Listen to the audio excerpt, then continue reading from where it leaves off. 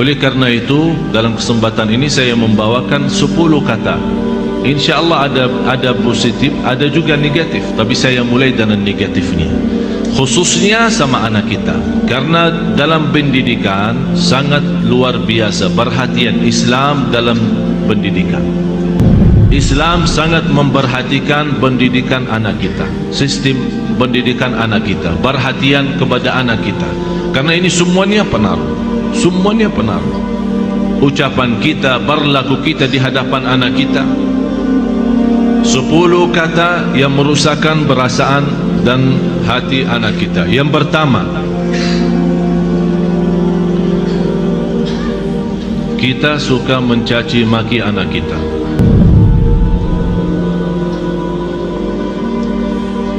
Ini sebuah bahaya, apalagi kalau kita lagi emosi. Dan saya selalu sampaikan kepada jemaah, kalau lagi emosi, jauh daripada anak, jauh. Jangan jadikan anak korban. Saya tidak enak membawa ucapannya karena kita di dalam masjid, tapi ada banyak yang saya heran mengucapkan kata-kata yang saya malu sampaikan. Sama siapa? Sama anaknya sendiri. Kalau sama orang lain kita malu mengucapkan, apalagi sama anak kita.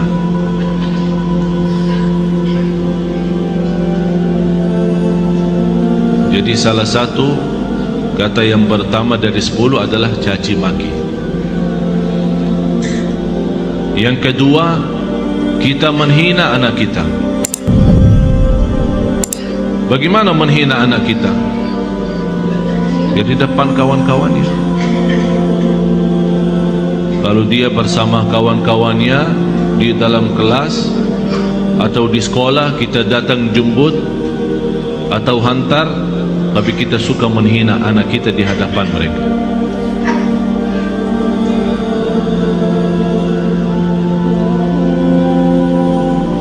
Malah ada yang pernah berkata, saking menghina anaknya, saya heran bagaimana bisa punya anak seperti kamu. Apalagi di depan orang, di depan kawan-kawannya. Bisa di saat itu anak kita tidak nangis, tapi sudah mati rasa, sudah mati rasa. Akhirnya menjadi hati kecil. Susah kita bina untuk menjadi anak salih salihah karena kita sudah hancur duluan, sudah kita hancurkan duluan. Itu yang saya selalu sampaikan. Itulah namanya durhaka orang tua kepada anak sebelum anak durhaka kepada orang tua. Atau kalau dia punya saudara banyak, jangan menghina. Kalau ada sebuah berlaku yang tidak bisa kita terima, kita bisa nasihatin dengan cara yang baik, bukan di depan orang. Karena itu namanya nasihah, bukan fadihah. Nasihah adalah mengingatkan dengan cara yang baik, tapi fadihah membukakan aibnya di hadapan orang. Alasannya, niat saya menasihatin.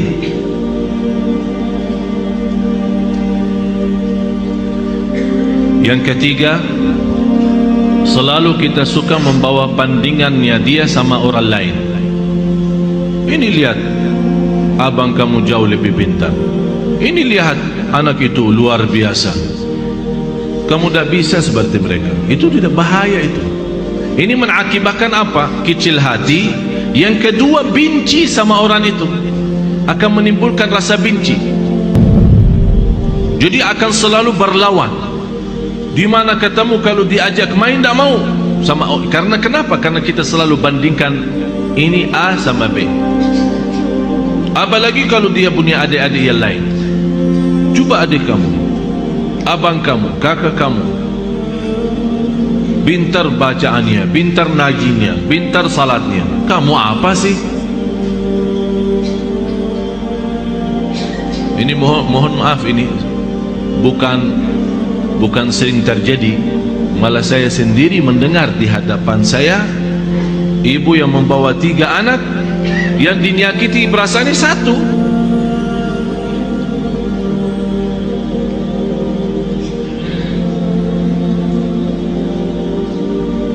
Bahaya lidah itu, bahaya. Jadi jangan kita membandingkan anak sama orang lain. Mohon maaf, kita yang dewasa aja, kalau ada orang membandingkan kita sama orang lain, kita tersinggung, apalagi anak kita. Kita ada yang dewasa yang sudah faham, mengerti, bisa mengerti maksudnya orang, bisa mengerti tujuannya orang, kita bisa tersinggung, apalagi anak kita. Yang keempat, cinta dengan syarat. Aku cinta kamu, tapi syaratnya begini. Jadi seolah-olah kita tunjukkan kepada anak kita, kalau ibu tidak sayang begini aja, ikhlas dan sayang, tidak cinta ikhlas. Tapi cinta kalau kamu salat. Aku cinta kalau kamu ngaji. Aku cinta kalau kamu diam. Aku cinta kalau kamu tidak nonton TV. Berarti itu namanya cinta dan syarat-syaratnya. Kalau mau cinta ya cinta, tidak usah pakai syarat.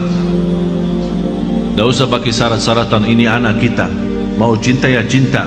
Cinta yang normal, kasih sayang, yang wajar dan yang wajib bagi kita sebagai orang tua, memberikan kasih sayang dan rasa cinta kepada anak kita. Kalau kita yang tidak menunjukkan rasa cinta kepada anak kita, dia akan lama-lama melarikan diri kepada orang lain.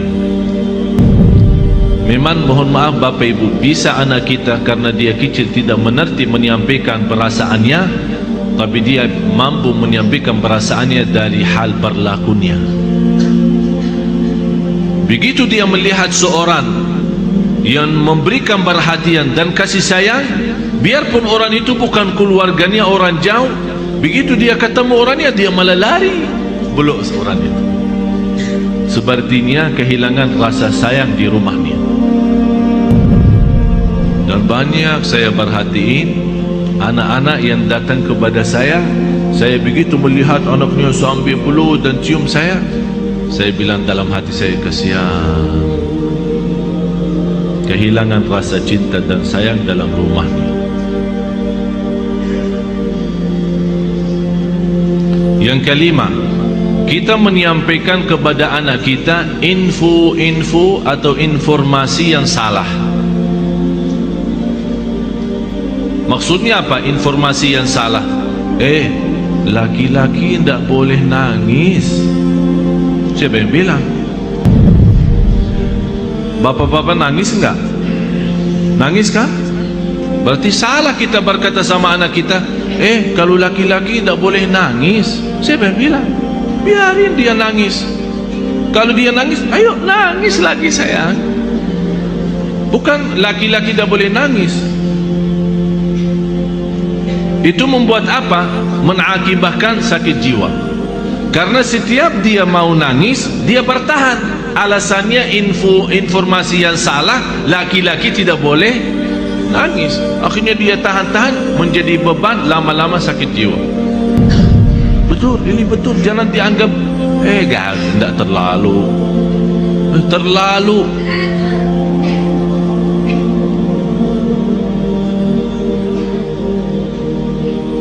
Yang keenam, ini yang lebih bahaya.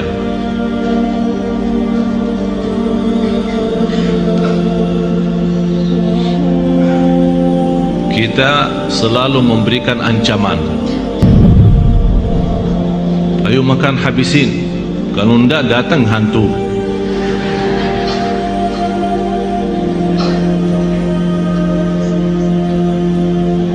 Mau tidur enggak? Kalau kamu tidak tidur, nanti datang hantu, temenin. Ini selalu kita, niat kita apa? Niat kita supaya dia cepat tidur, tapi mengakibatkan dalam perasaannya banyak hal yang tidak bagus. Padahal anak kita dari sisi psikologi jiwa dan akal, dari usia 2 tahun sampai 6 tahun dia mampu menguasai 7 bahasa. Ini bukan sembarangan. Ini ada orang keahlian psikologi akal dan jiwa membuktikan anak dari usia 2 tahun sampai 7 tahun kalau diberikan perhatian sepenuhnya, dia mampu dari sisi psikologi, akal dan jiwa, mampu menguasai 7 bahasa. Bahasa kita, bahasa daerah, bahasa Arab, bahasa Inggris, terserah, 7 bahasa.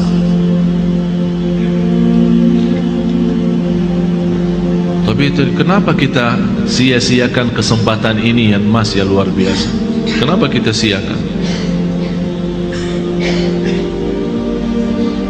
Yang ketujuh, kita selalu melarang anak kita berlaku sesuatu tapi tanpa sebab. Artinya tanpa menjelaskan kenapa. Tak boleh ini. Dia minta sesuatu, tidak ada. Saya mau ke sana, tidak boleh. Saya tidak ada, diam sini. Jadi kita suka larang, tidak boleh, tidak ada, tidak bisa, tapi kita tambah menjelasin sebabnya. Kalau anda mau larang, tolong jelasin sebabnya. Tak boleh nonton TV kalau sudah malam, karena nanti mengganggu matamu. Ini ada alasan kenapa kita larang. Kalau makan sampai habiskan makanannya, karena di dalam makanan ada barakah. Kita tidak tahu di barakahnya yang di mana.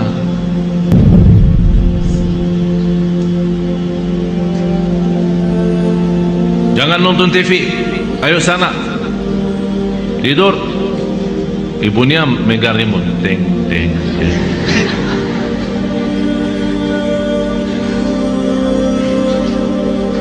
Anak kita bisa pendiam ya. Mungkin ada di antara anak ibu-ibu yang suka lawan, tapi ada yang diam sudah masuk ke kamarnya. Tapi Allah Maha tahu perasaannya apa di saat itu. Dilarang nonton TV, malah ibunya enak-enak nonton TV.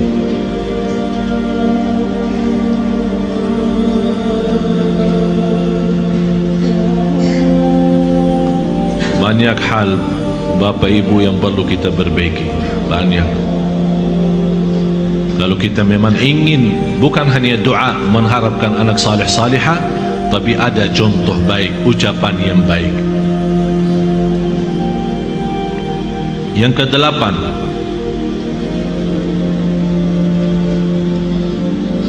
menghancurkan perasaan atau menghancurkan kepercayaan anak terhadap dirinya.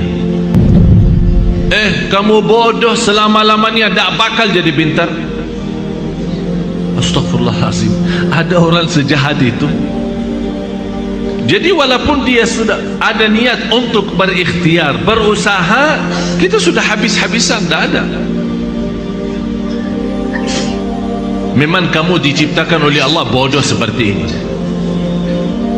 Saya nyesal punya anak seperti kamu. Saya benci hari kelahiran kamu. Bapak Ibu, saya mengucapkan ini bukan dari saya. Saya punya telinga mendengar apa yang kata orang. Masa saya benci hari kelahiranku, hari kelahiran kamu? Jadi seolah-olah mengikatkan hari kelahiran anak kita hari misal Sabtu. Jadi saya benci Sabtu gara-gara kamu. Ya Allah, ini sudah betul-betul menghancurkan total anak kita. Yang ke-9, kita berdoa terhadap anak kita doa yang buruk. Saking kesal perasaan kita sama anak kita, dan dia keluar dari rumah tanpa minta izin dan ridha kita, langsung kita, mudah-mudahan kamu celaka. Rasulullah sallallahu alaihi wasallam melarang orang tua mendoakan anaknya buruk. Kalau terjadi diijabah doanya akan menyesal, kata Rasulullah. Biarpun ibunya, biarpun bapaknya betul-betul sakit hati sama anak, begitu dia mendoakan celaka, terjadi kecelakaan itu, pasti dia menyesal dan sedih, bisa nangis, dan bisa tidak memaafkan dirinya terhadap apa yang telah dia ucapkan. Kalau anda tidak mampu sakit hati sama anak kita, tidak bisa mendoakan baik, kembali lagi lebih baik diam. Kalau tidak bisa berdoa baik, lebih baik. Tapi bahaya, jangan mendoakan anak ni celaka. Yang ke-10, kita suka membongkar dan membuka aib anak kita di hadapan orang lain.